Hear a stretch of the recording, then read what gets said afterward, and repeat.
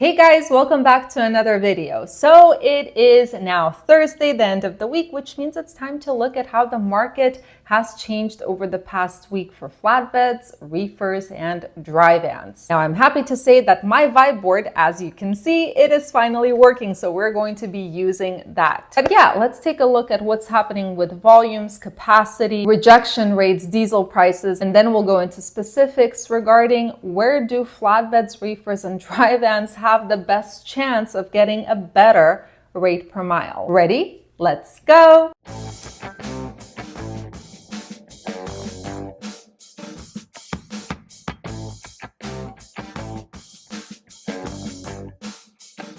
All right, guys, so starting with the net changes in carrier population. If you remember last week, we, for the first time in over a year, saw a net increase in carrier population. Well, as of this week, we lost an additional 205 carriers net, which is a pretty low amount to be fair, but still a net loss. Now let's take a look at volumes. Again, as always, we're going to be comparing this year, the white line, to the previous year, 2023, which is the blue line.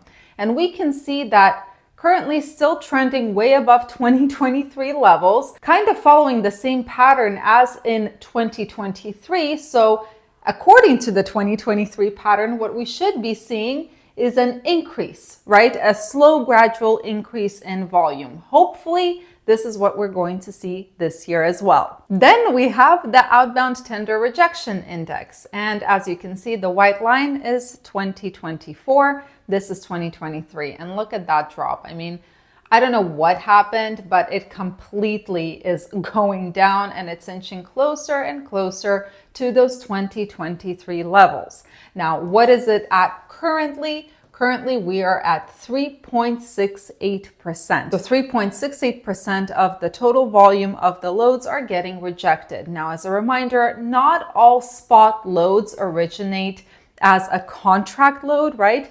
But a lot of them do. So this, unfortunately, is not the best of news. Let's move on to diesel prices. And as we can see, currently we are at an average of $4.05 per gallon on a national average. The good news is that we are seeing a slow kind of decrease in diesel prices since kind of the beginning or middle of February, but still, diesel prices are just way too high. All right, now let's take a look at what's happening with dry vans. So these are the loads for the dry van market, and we can see that there was really no volume change week over week from last week, which is maybe a good sign because according to the 5-year pattern, we should be seeing a decrease in volume.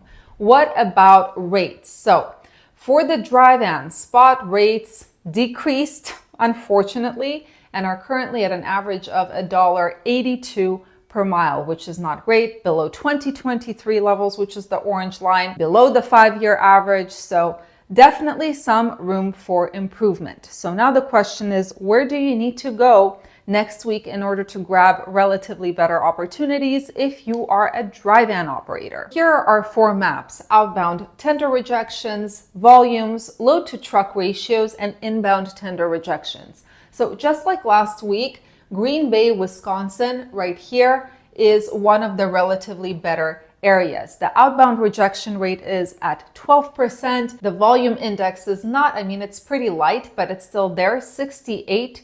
There are more loads than trucks here, and the inbound rejection is at 17%. Then we have Des Moines, Iowa, right here, where the rejection rate for outbound loads is over 16%. The volume index is at 40, so less than in Wisconsin, but there are more loads than trucks. And the inbound rejection is so-so. It's about 7%. Unfortunately, all the other areas don't really meet the 4 criteria.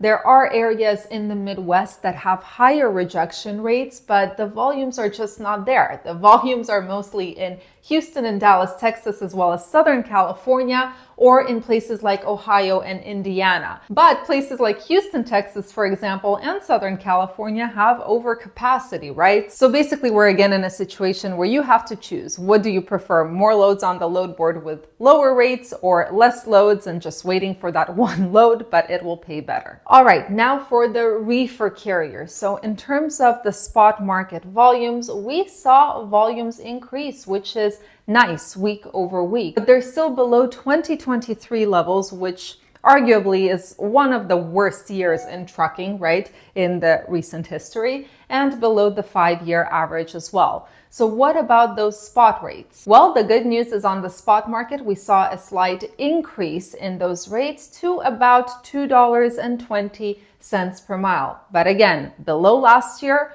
below the 5-year average. So where do you need to go with a reefer to grab relatively better opportunities? This is going to be disappointing right now. So we used to be able to rely on Idaho. This was one of the only areas, right? But now the rejection rate out of Idaho is around 6.7%. So it's not much that is getting rejected from there. Even though the volume is still good, there's still slightly more loads than trucks, and there is a high inbound rejection, but Idaho is no longer one of those good areas. So for now, unfortunately, there is not a single area for reefers that hit all 4 points. So we're just gonna focus on the outbound rejection rate and the volume. In general, it's the Midwest. You can see it's darker blue in the Midwest. It's darker blue in the Midwest in terms of outbound rejections, which means that the Midwest is where you're going to probably have a little bit more negotiating power. There's going to be a little bit higher paying loads than anywhere else. Now, also perhaps the Pendleton, Oregon area. It actually, I guess I lied. We do have one place that meets all 4 criteria, although it's nothing significant. Pendleton, Oregon has a rejection rate, outbound rejection of about 10%.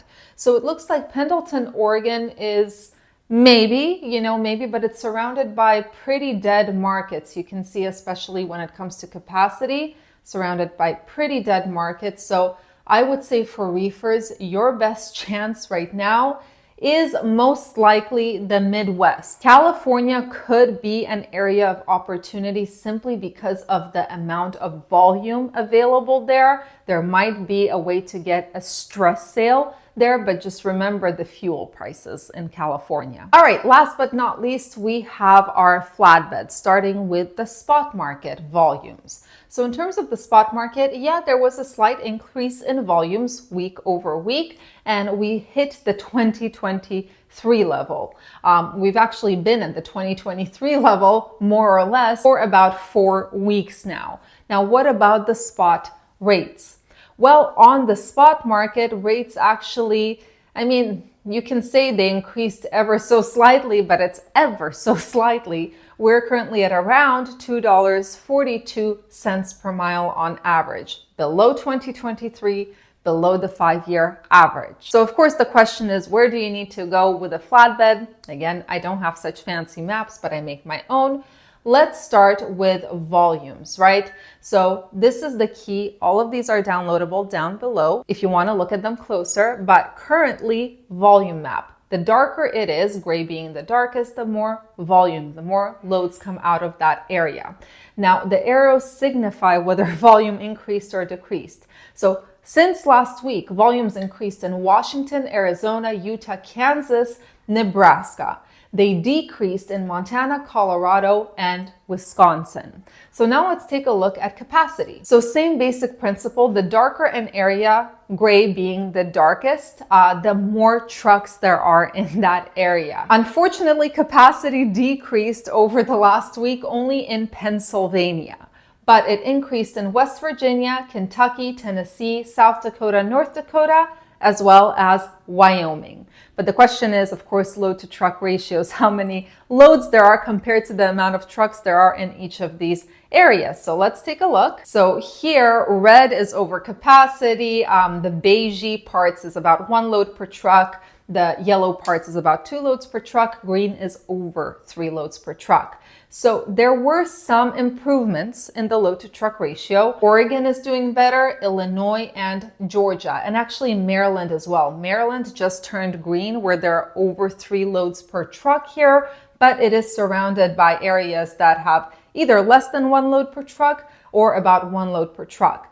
The areas that got worse since last week are South Carolina, Wisconsin, Minnesota, and North Dakota. In general, I'm seeing week over week that this red area is spreading. But like I do every week, I took all of the loads, all of the trucks to see the national load to truck ratio for the flatbed, and we are still at 0.99, which means less than a load per truck. But this hasn't changed in a month now. So yeah, that's the update for this week. Honestly, there are some moments where you look at the data and you're like, it's bad news. But personally, I have felt like for the past few weeks, it's been kind of stagnant. Nothing has been changing. The rates are not getting better. They're not getting worse. There's not more or less volume. It's just boring, stagnant. What I'm hoping for is that as the weather gets better, since capacity is really not exiting the market at the level it should to make a dent in the situation, right? I'm hoping that the warmer weather is going to invite more volume for all 3 equipment types, and that will kind of skew the load to truck ratio a little bit more in the carrier's favor. But currently, yeah, it's not easy. It's not easy at all. But you know what? I do think that it is survivable if you have a plan in place. And of course, if you mind your cash flow, which is a big one. Anyway, guys, thank you so much for watching. I can't stop looking at my vibe board that finally started working again. Wishing you all a fantastic rest of your week and weekend. Stay safe, stay healthy, and keep learning. See you in the next video.